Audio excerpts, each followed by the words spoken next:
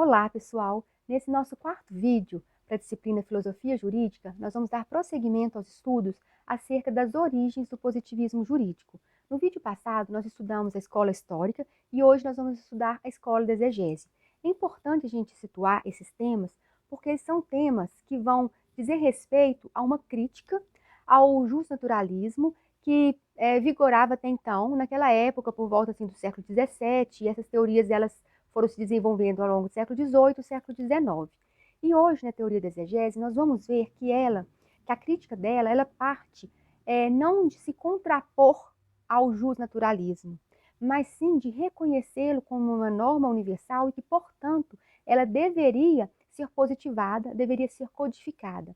Então, o estudo da escola da exegese, ele leva em consideração a necessidade de um código único, simples, de um documento onde nós poderíamos reunir toda a legislação de uma forma simplificada, até mesmo para não dificultar para o juiz na aplicação do caso concreto. Essa escola ela vai surgir na França, na partir daquele contexto iluminista, e de uma forma a pleitear por um código francês, uma vez que todas as normas, né, da França estavam espalhadas entre as comunidades. A França não tinha um código penal só, um código civil só, um código processual. Ela tinha várias leis espalhadas e delimitadas territorialmente. Então, essa escola de exegese, ela vai criticar essas normas espalhadas e construídas historicamente, que era aquela ideia que a escola histórica do direito defendia. Então, a escola de exegese, ela vai considerar o seguinte: as normas, quando elas são muitas, elas podem ser também reflexos dos caprichos dos príncipes, dos detentores do poder. Então, a norma tem que ser poucas normas, elas têm que ser simples e uma norma unitária concentrada num único documento. E todo aquele contexto de legislações espalhadas, regulamentando cada realidade, né, no tempo, era para a escola exegese era uma afronta, né, ao direito ou uma possibilidade também de realização de injustiças. Então, enquanto a escola histórica ela vai criticar para se contrapor ao justnaturalismo, considerando que era uma norma, que as normas elas são mutáveis e elas devem nascer do espírito popular, a escola da exegese vem para reconhecer essa imutabilidade e fazer com que essa norma que é imutável, uma vez sendo imutável, que ela então seja codificada. Então, ao reconhecer essa característica, a escola exegese vai defender a sua codificação, alegando que a não codificação, a existência de várias normas espalhadas, representa uma espécie de violação ou de fragilidade do sistema. O autor que nós vimos na aula no vídeo passado, Thibaut, ele, influenciado pelo movimento iluminista francês, ele vai defender essa codificação, e nós vimos, inclusive, que houve um embate intelectual entre ele e Savigny. Então, as ideias dele foram influenciadas pelo iluminismo, por aquele movimento iluminista da França, e ele vai defender a necessidade dessa codificação dessas normas francesas. E a partir de quê? A partir de uma influência de uma cultura racionalista.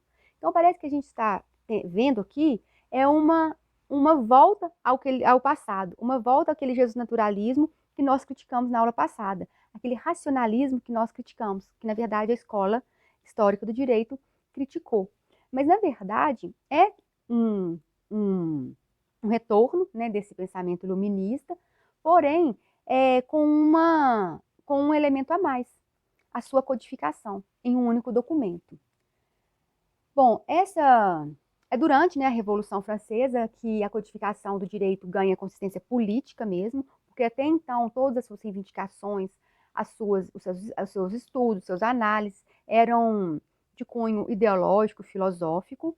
Depois, com a Revolução Francesa, ela ganha um caráter político. E nessa época, né, na França não existia um documento só, um direito penal, um direito civil. Isso é que fez, né, que foi um dos elementos justificadores para que fizesse um único documento para todo o território francês. Então, esse modelo, ele era visto, esse modelo de normas espalhadas, né, no território francês, cada localidade com as suas normas, ela era vista, esse modelo era visto pelos racionalistas como fruto arbitrário da história.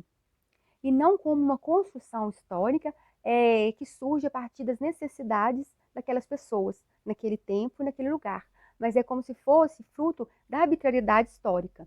Os iluministas chamavam o direito baseado na história de direito fenomênico, e que para além dele existe outro direito. Existe um direito que é o direito verdadeiro, e esse direito verdadeiro, que é absoluto, ele deve ser codificado. Por quê? É um direito que ele é baseado na natureza das coisas, mas cognoscíveis pela razão humana. Essa era a justificativa que os racionalistas davam para a implementação de um código. Eles entendiam também que as velhas leis elas deveriam ser substituídas por um direito simples, unitário, que seria ditado pela ciência da legislação. Que seria uma nova ciência, que seria uma ciência que interrogaria a natureza do homem, estabelecedora de quais eram as leis universais e imutáveis que deveriam regular a conduta do homem. Esse pensamento, ele partia, dentre outros também, do pensamento de Rousseau, porque o que Rousseau defendia? Para Rousseau, o homem era bom naturalmente, o homem era bom por natureza, porém, o ambiente o corrompia. E esse ambiente, dentro desse ambiente, desse contexto de ambiente que corromperia o homem, estão os costumes, estão as tradições. Então, a partir dessa ideia, justificou-se também a codificação. Foi um dos elementos também da escola da exegese. A partir dessa perspectiva é que os juristas da Revolução Francesa se propuseram a eliminar as normas, eliminar os acúmulos de normas precedentes ou de normas produzidas ao longo da vida do homem em sociedade, as normas que surgiram pelo desenvolvimento social e substituir essas normas, eliminar essas normas e instaurar em seu lugar um direito fundado na natureza e adaptado às exigências universais históricas. Então, eles partem do pressuposto que existe um direito universal, existe um consenso universal de direito. Então, eles defendiam também a simplicidade das leis e a quantidade mínima. Como eu expliquei, quanto maior quantidade de leis, mais aquela sociedade pode representar que ela é uma sociedade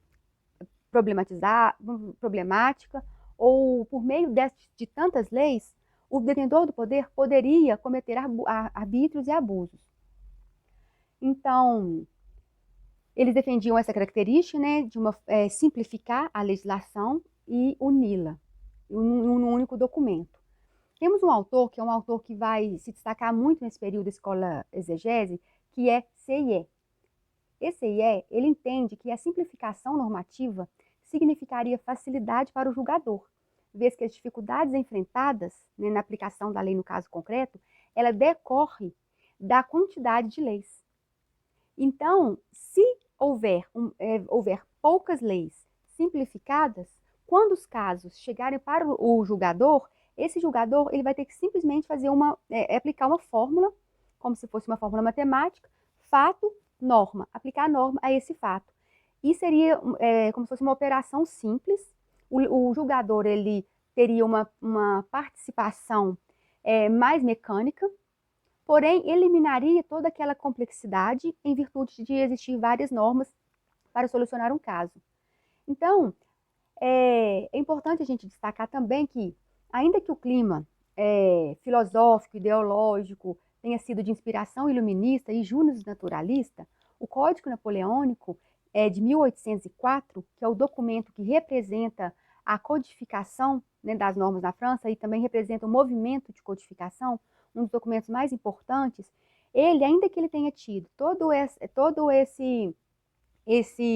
questão filosófica, ideológica de se contrapor à historicidade, ele, quando a sua versão final, quando ele foi promulgado mesmo, ele não foi com a versão dos projetos anteriores. Ele acabou representando, no final das contas, representando muito mais uma reaproximação da tradição jurídica francesa do direito romano, como abandonando completamente aquela ideia justnaturalista.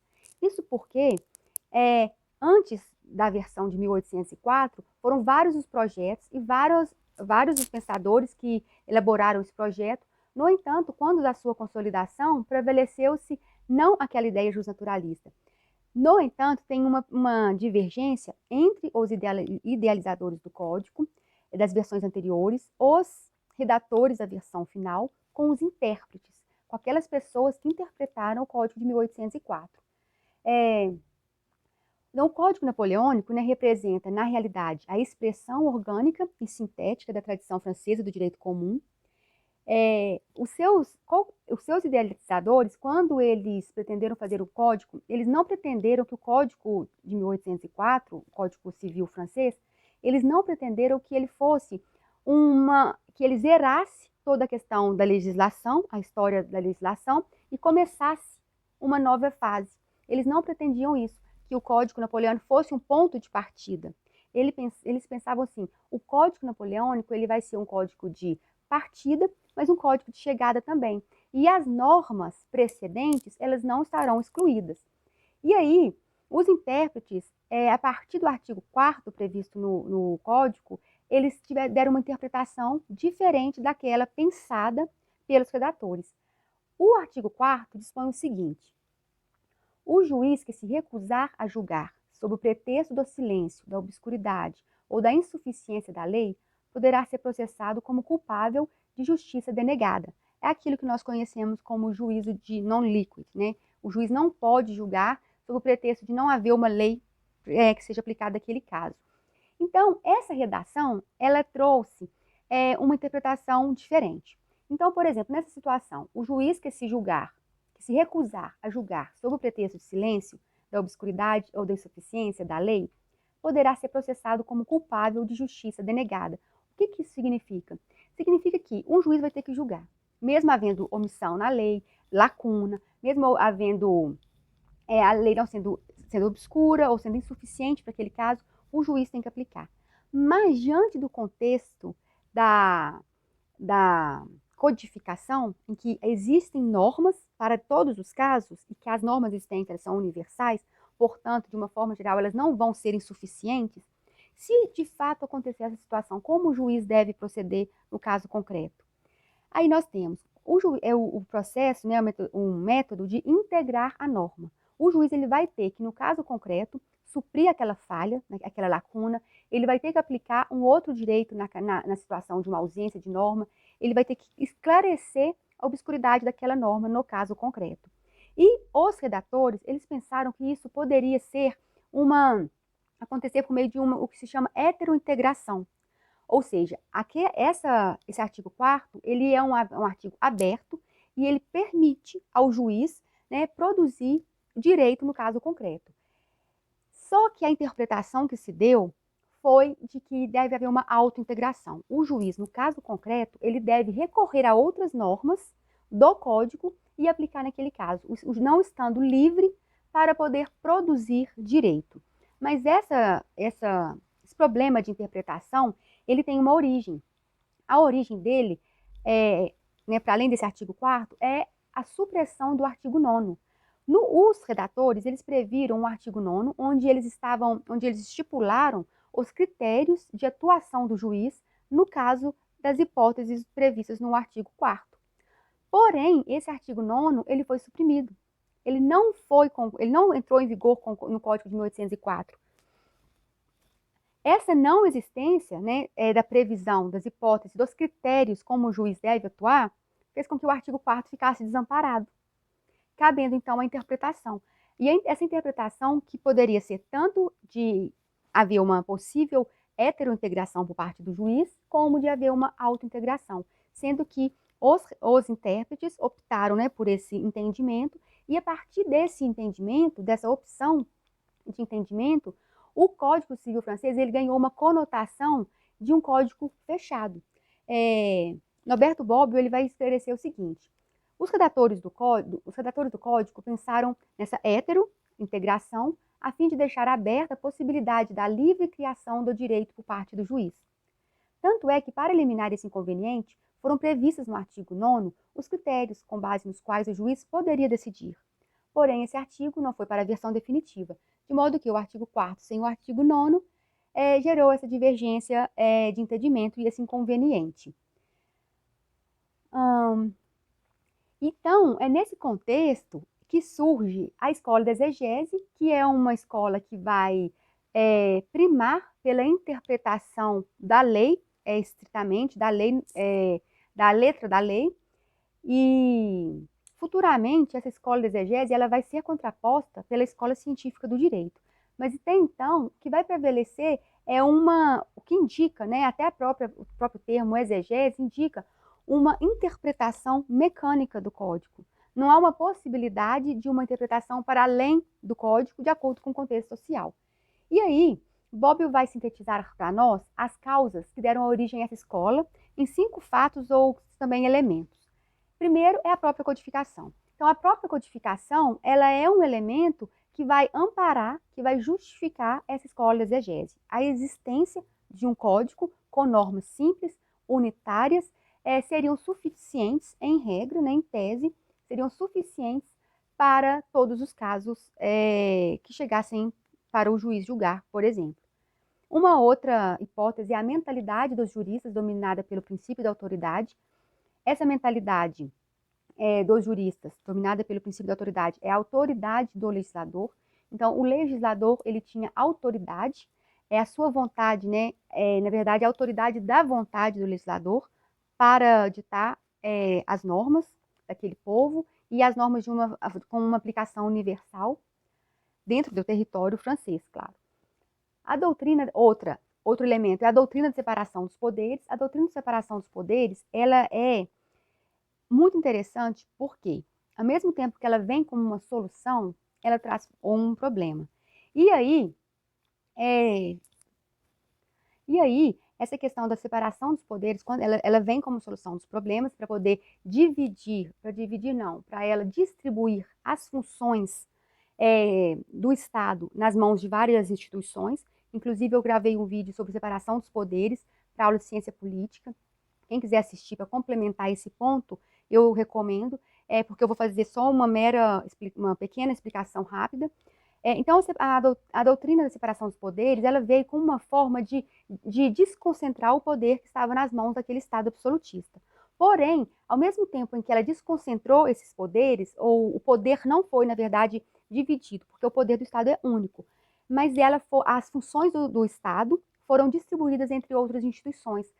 Aí o problema que se criou a partir dessa ideia de separação dos poderes foi que essas instituições, cada uma detentora de uma competência, seria uma instituição competente para legislar, uma para julgar e a outra para administrar, elas poderiam cometer abusos nas suas esferas.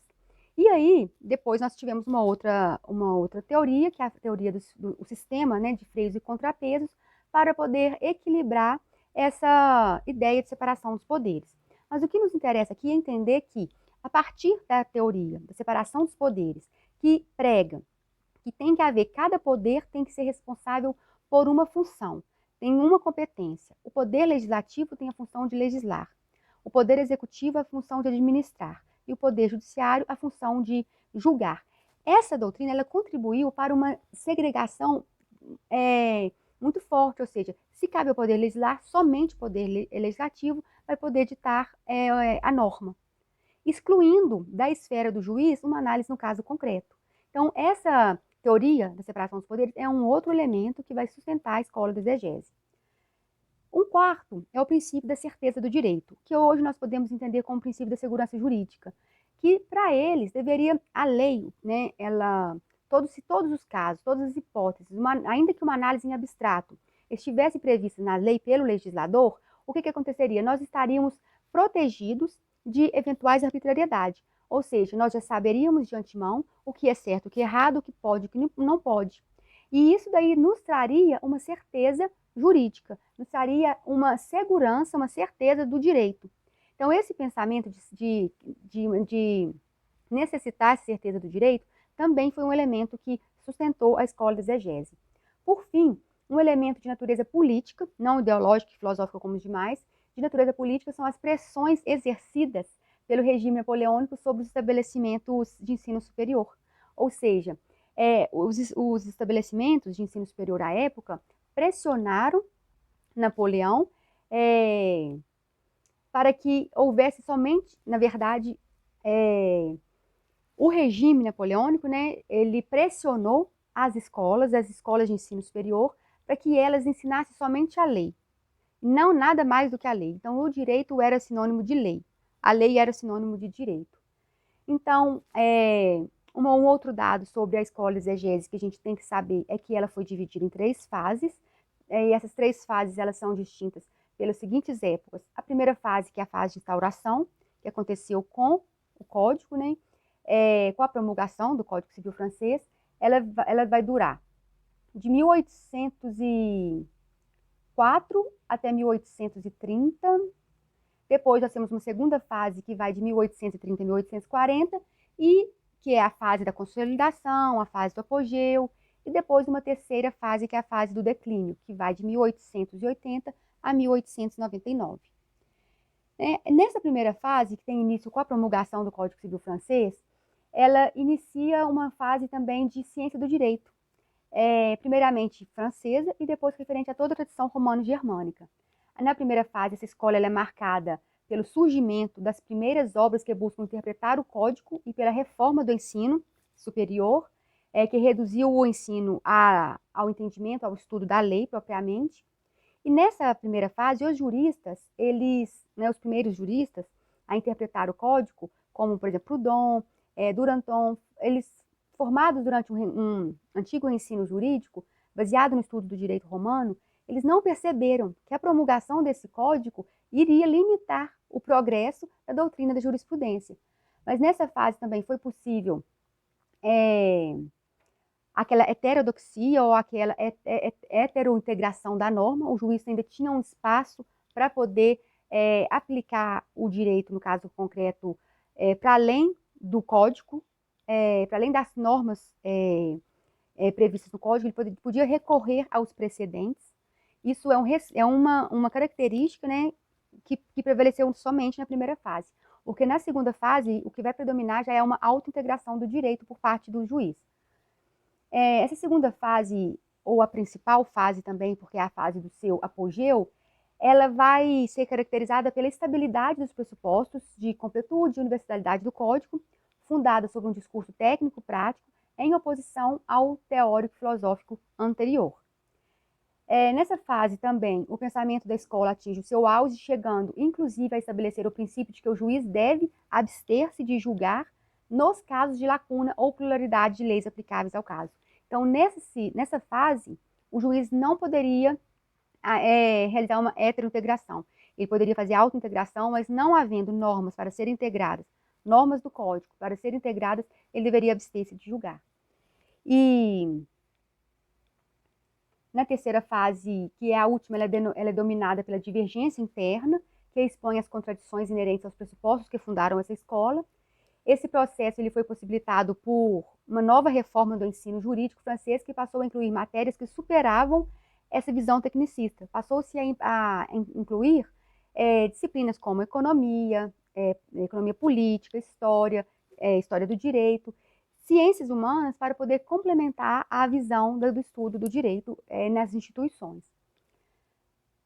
Bom, as críticas que a gente tem a fazer à escola exegese é esse perfil engessado, que desconsidera a historicidade, desconsidera a evolução da sociedade. Inclusive, um dos entraves que ela vai encontrar futuramente é com a Revolução Industrial, com as novas demandas sociais, porque as novas demandas sociais não estavam mais sendo atendidas por aquelas normas previstas naquele código. E vamos ver mais uma crítica aqui. O apego, né, à literalidade dos textos legais, as leis não tinham um sentido além daquele contido nas palavras.